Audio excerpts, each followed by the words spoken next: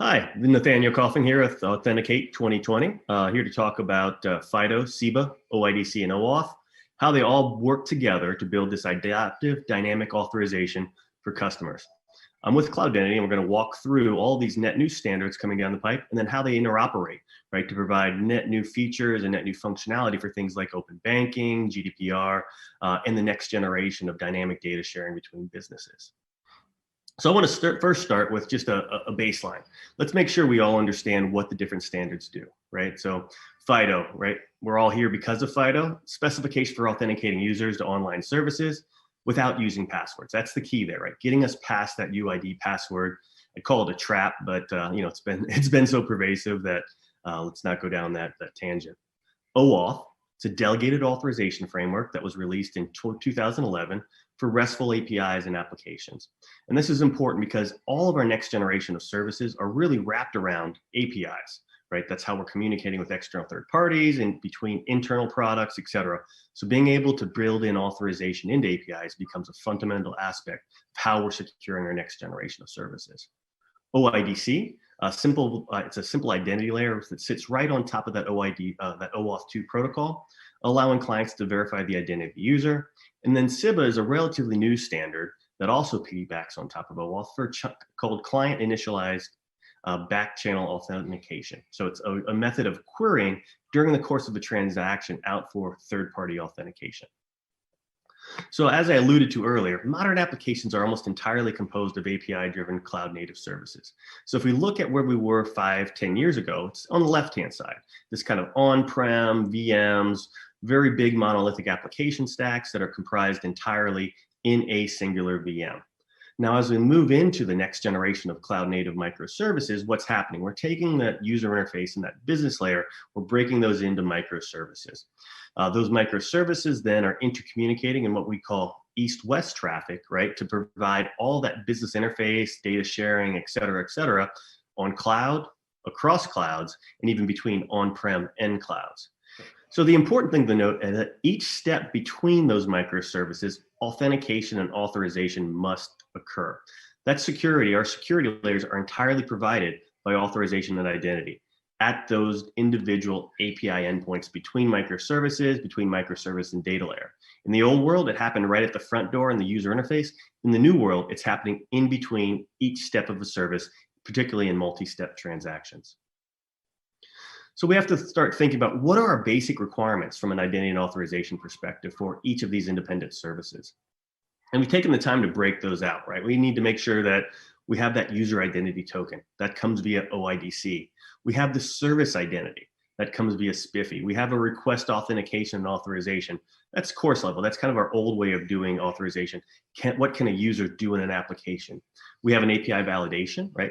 Is it actually matching the contract for the API, making sure that there's not something like SQL injections or JSON logic bombs.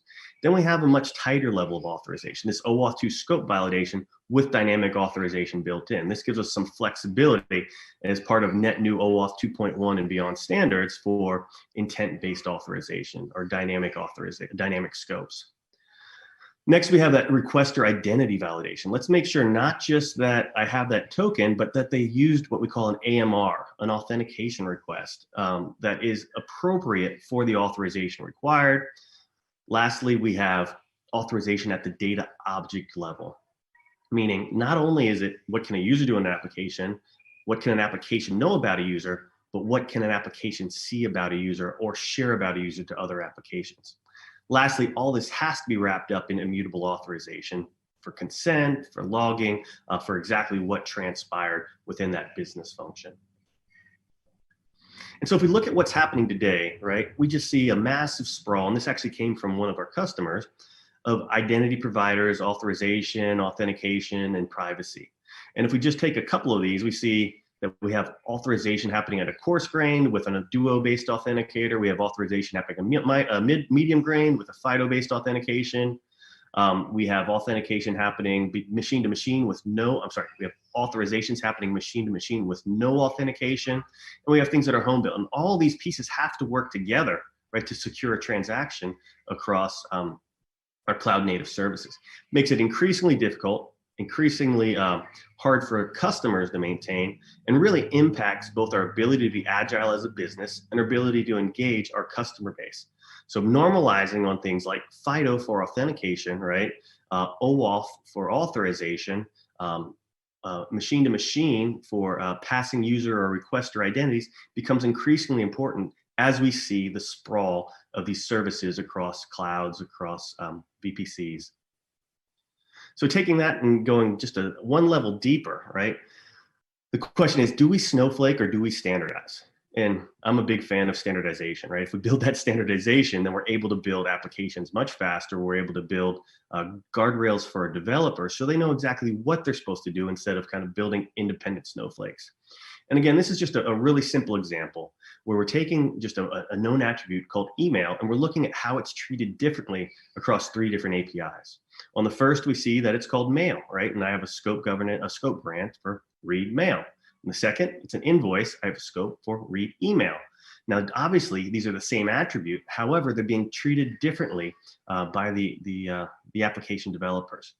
So what do we need to do? We need to start normalizing both what the scopes are, what the attribute names are, and what the authentication, the MR record types are. And that is really the whole point of this, is how can we start to standardize, normalize, and add a level of governance on top of our different services to ensure that there is a well-known pattern for developing net new services and developing integrations. This reduces our overall attack surface, it reduces our overall concern, makes our regulatory compliance requirements much easier. So this becomes an imperative, particularly as we move into these modern multi-dimensional multi-cloud services. And all of that is what we call normalizing authentication authorization, right? So bringing a harmony to it, right? And it's important that we don't start by saying, hey, let's rip and replace. I think anybody who's been in the identity landscape has already experienced that. And that's a failure from the start. Meaning you've got to leverage what you already have. Your companies or organizations have spent, millions, if not tens of millions, trying to bring in different IDPs, building out, that sprawl. So how do you start to integrate with your existing IDPs, your existing API gateways, and your existing authenticators? How can you also normalize privacy and consent, right? This is becoming a bigger and bigger deal in Europe as well as in the United States underneath GDPR, CCPA. And in fact, we're actually seeing things like open banking start to regulate how privacy and consent is being treated across your different services, both from a user experience and management perspective, as well as from a reporting perspective of what's going on from a governance. That all leads to centralizing that policy management and governance while having distributed policy decision and distributed policy enforcement, all normalizing underneath common standards. Again, authenticating with things that are best of breed like FIDO. Now, it's important as we think about this that we prepare for scale. And if we look at how we built identity in the past with monolithic architectures, well, what's happening? Well, I go to the IDP, that's kind of been this big monolith that authenticates, authorizes, and then passes me off. Now, if I want to enhance that authorization, if I want to have these distributed policy decision points, then I have additional steps in the transaction. I either have to call home back to the IDP, or I have to call to a relatively closer, hopefully, PDP. But it becomes very expensive from a transactional point of view. If my service has to find out what am I allowed to see about a user during the course of the transaction and has to call an external PDP, it has to hit the wire, has to get the response, has to pass the data, and then receive everything. What happens? Well, delays. We all know delays cause user loss. It's a bad user experience. So if I look on the right-hand side at what's happening in the cloud native architectures, well, I have an authenticator. I've separated apart my authentication context from my authorization context. So I turn a 5-step transaction into a 2-step transaction. I get my authenticator, and then I go straight to my services, which have localized PDPs. And because of that, you're able to reduce your overall latency, right? Move it from being 100 or 200 milliseconds, depending upon your network lag, down to sub-millisecond latency. You're building out distributed authorization, distributed authentication checks at the distributed service level, right? So you're able to scale with your distributed services instead of trying to scale it centrally within your singularized IDP. And that's really where we're seeing this dynamic authorization becoming that center point, that crux, that nexus of how you're going to build security for your APIs and your API-driven services.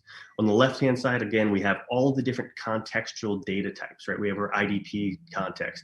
How do I authenticate? What roles am I in? And what groups do I have? What policies are applicable to me? I have my privacy landscape. What are my regulatory requirements under CCPA or GDPR?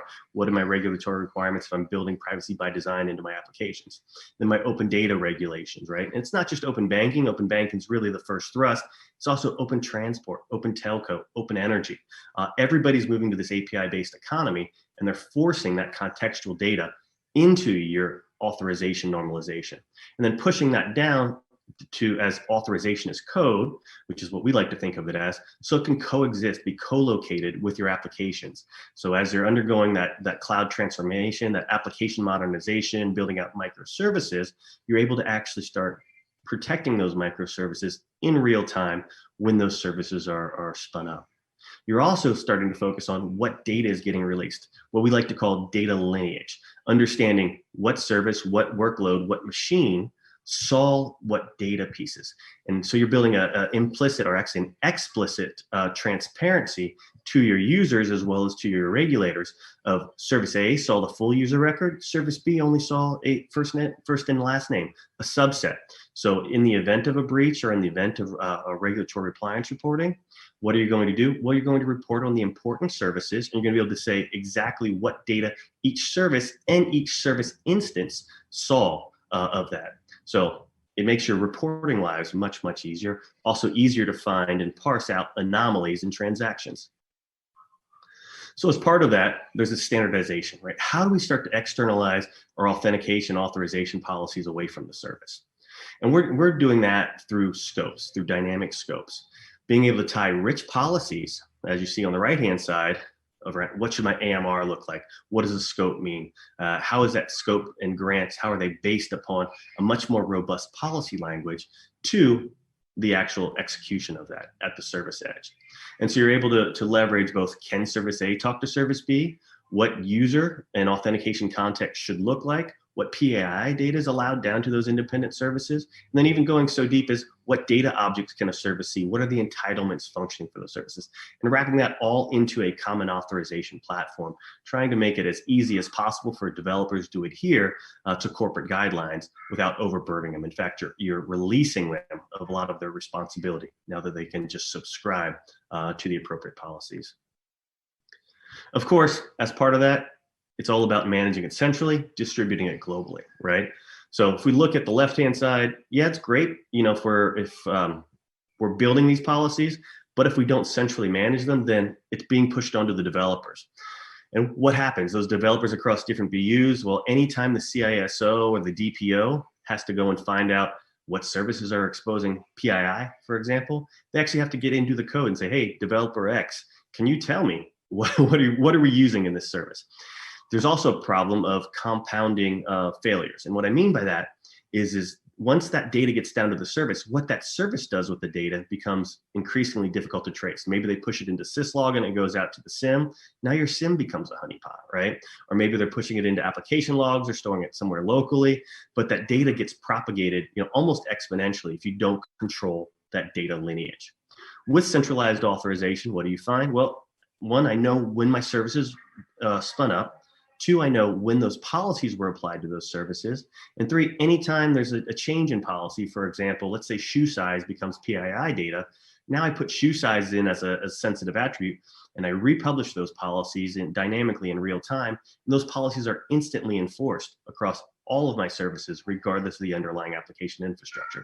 Again, supporting things like API gateways, microservices, service meshes, Kubernetes, and functions. So what does this look like, from a little bit more of a real context?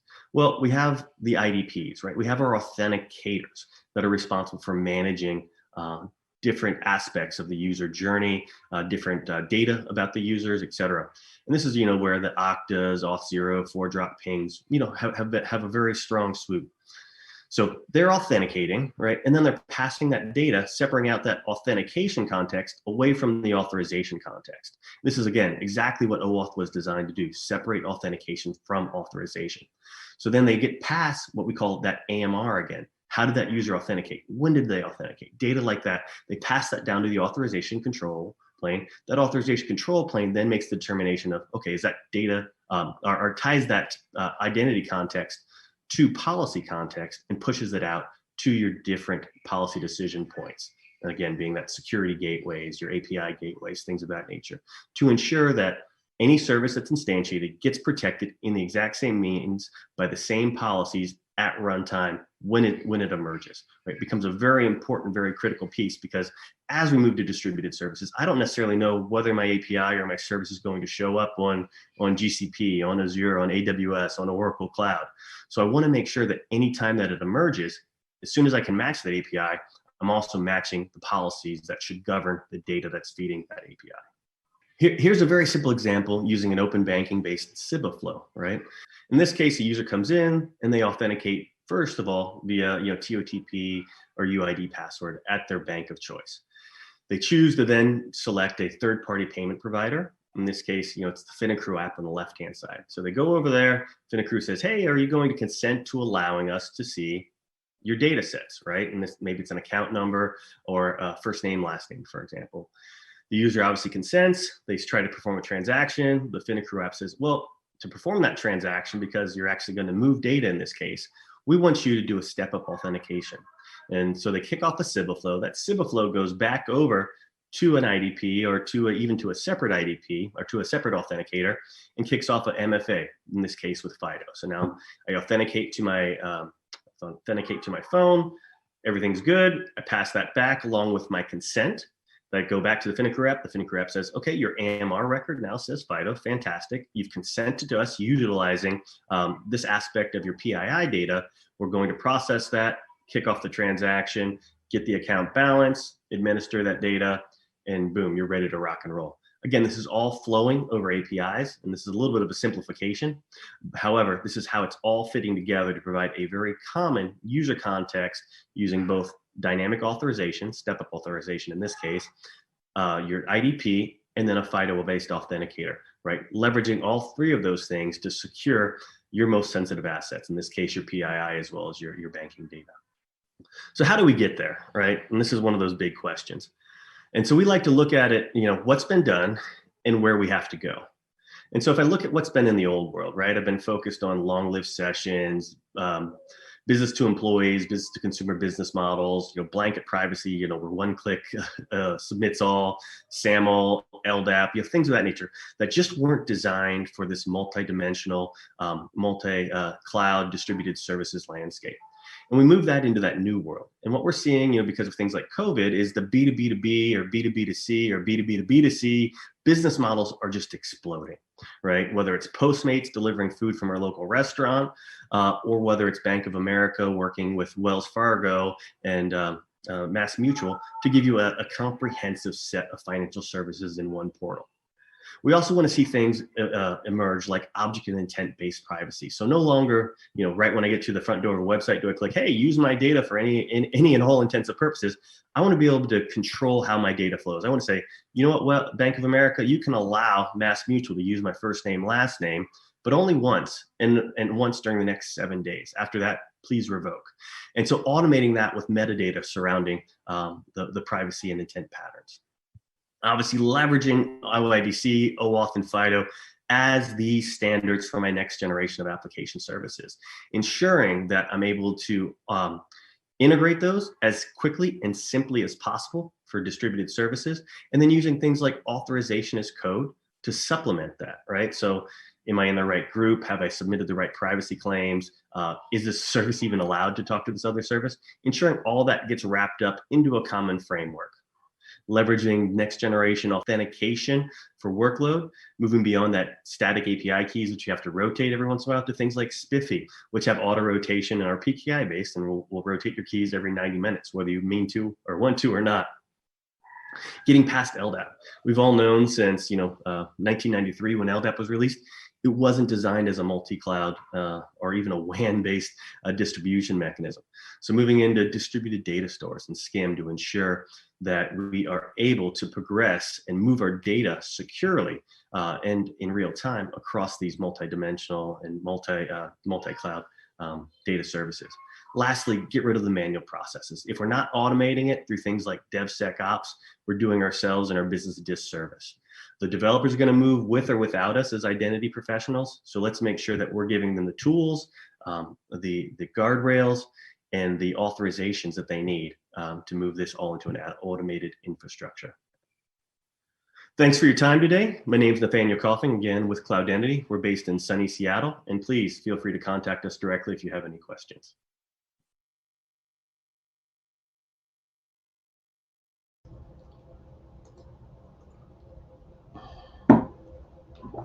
All right, Nathanael, thank you. Thank you. Super interesting, and hopefully we'll be with you in person next year in Seattle for Authenticate 2021, from my lips to God's ears. So look, I thought that was very interesting, and actually, really sets the stage nicely for our next session as well on standards and the future of payments.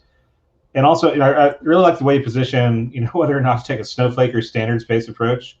I hadn't heard that term before, but clearly FIDO takes an approach similar to your own, which is a standards-based approach. Yeah, it has to be, right, in the end, right? And I hate to steal that from the political environment, but it's really about creating things that we can build on, just like we need to move things forward every other way. Absolutely. So if anyone has questions, please send them in now. We have a couple minutes here to take questions. I have a couple, just based on what I saw. So how does dynamic authorization in FIDO perform? Does it scale? And how does it scale? What have you seen? What are your thoughts on that? Yeah, so we're seeing it really scale quite massively, to be honest with you. So by adding in all the context and moving things out to the distributed services, you're actually able to leverage horizontal scaling. And then when you're doing those step-up authorizations to communicate out for an outbound FIDO transaction, right? You're doing that on an API basis. So you're actually able to call, centralized FIDO or centralized authentication service to bring that back. And we're seeing customers scale up into the tens of thousands of transactions per second, and that's an API call. So it is quite impressive in the ways that we're seeing both the FIDO standard as well as dynamic authorization really carry customers into that next generation of API-driven services. Okay. And then is there a way to include risk or fraud as a factor to trigger the FIDO process? Absolutely. So we got to kind of take one step back and think about, what does the inculcation of risk and fraud really look like? Do you want that as a GET, meaning are you going to go out and call that fraud engine as a part of your transaction? Do it centrally located? But the important part is actually being able to mint independent tokens even in between your different microservices. So you're able to consume fraud in real time as your services as your transaction is processing. So being able to go out, aggregate it, or pull it from a centralized store, or have it pushed down to the independent services, and make sure that you're actually able to inculcate that in the policy decision point at runtime. Okay, interesting. So Jen has a question here. Can you elaborate registration authorization as code for dynamic authorization? Yeah, so Rego is a policy language that's actually supported by the CNCF, the Cloud Native Computing Foundation. That is kind of, I like to think of it as the next generation of XACML. What we saw with XACML, very heavyweight, hard to use, confusing, centralized PDPs.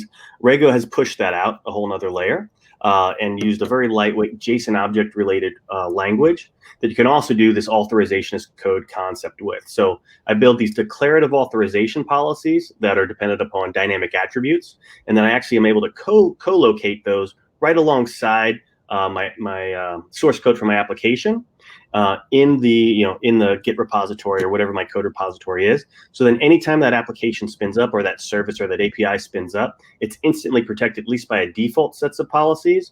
And then using different products, you're actually able to aggregate and change those policies in real time, depending upon what's in the centralized repository for policy.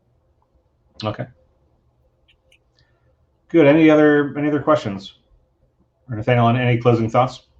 Oh, no, but thank you for having me again, and look forward to speaking in person, like you said, in 2021. Absolutely. So, hey, Nathanael, if people want to get in touch with you, how do they do so? Do you have a business card on the platform, or do you want to state your contacts? Sure.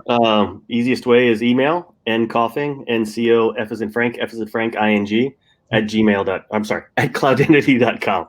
And we have a late breaking question here. Do you want to take this one as well? Sure. How authorization service decoupled from authentication service implemented as cloud native? How does a authorization service decoupled from an authentication service implemented as a cloud native or microservice make cleaner architecture and code? Yeah, well, so what you think of is we like to think about it as session and context, right? So how am I authenticating initially? What am I getting from my IDP? What does my user management source look like? And you're going to use a variety, or we're seeing most organizations use a variety of those, right? They might use AWS B2C, AWS Cognito, Azure B2C, Okta, as well as even some of the more traditional identity providers, Ping, ForgeRock, et cetera. But those are giving your initial context, what we think of as your authentication and maybe some of your role and group context. You also want to add in entitlement context from the application, fraud engines, other data store pieces. That's additional context that you want interwoven into the authorization. And by moving the policy decision point down to your cloud native service, so Sidecar and Kubernetes Istio, lightweight API security gateway in front of your traditional VMs, RPM plugins into your more monolithic applications. What you're doing is putting, and I hate to refer to it this way, but it's kind of the easiest metaphor. You're putting a very lightweight authorization identity-based desktop firewall right in front of those services. So you're mirroring, your distributed services architecture with a distributed identity and authorization architecture. And then you have those policy decision points that are outside of your application, right, or outside of your service code. And what that means is I'm no longer hard coding authorization in my service, right? So I can dynamically update my authorization code, meaning my policies, and then I can have my service respond and react to that in real time because it's held outside of the service, inside of that micro perimeter and inside that sidecar. Okay. And it's also just FYI, it's also something NIST has started to recommend as part of their microservices architectural patterns. So it's well vetted. Good. Okay. Well, good. Look, let's wrap there. Everyone has a couple of minutes to get a drink of water, go visit the expo hall, and then we're going to pick things up at 3:30 Pacific with a great panel on FIDO and the future standards and the future of payments. So thank you all very much. Thank you, Nathanael. Appreciate it.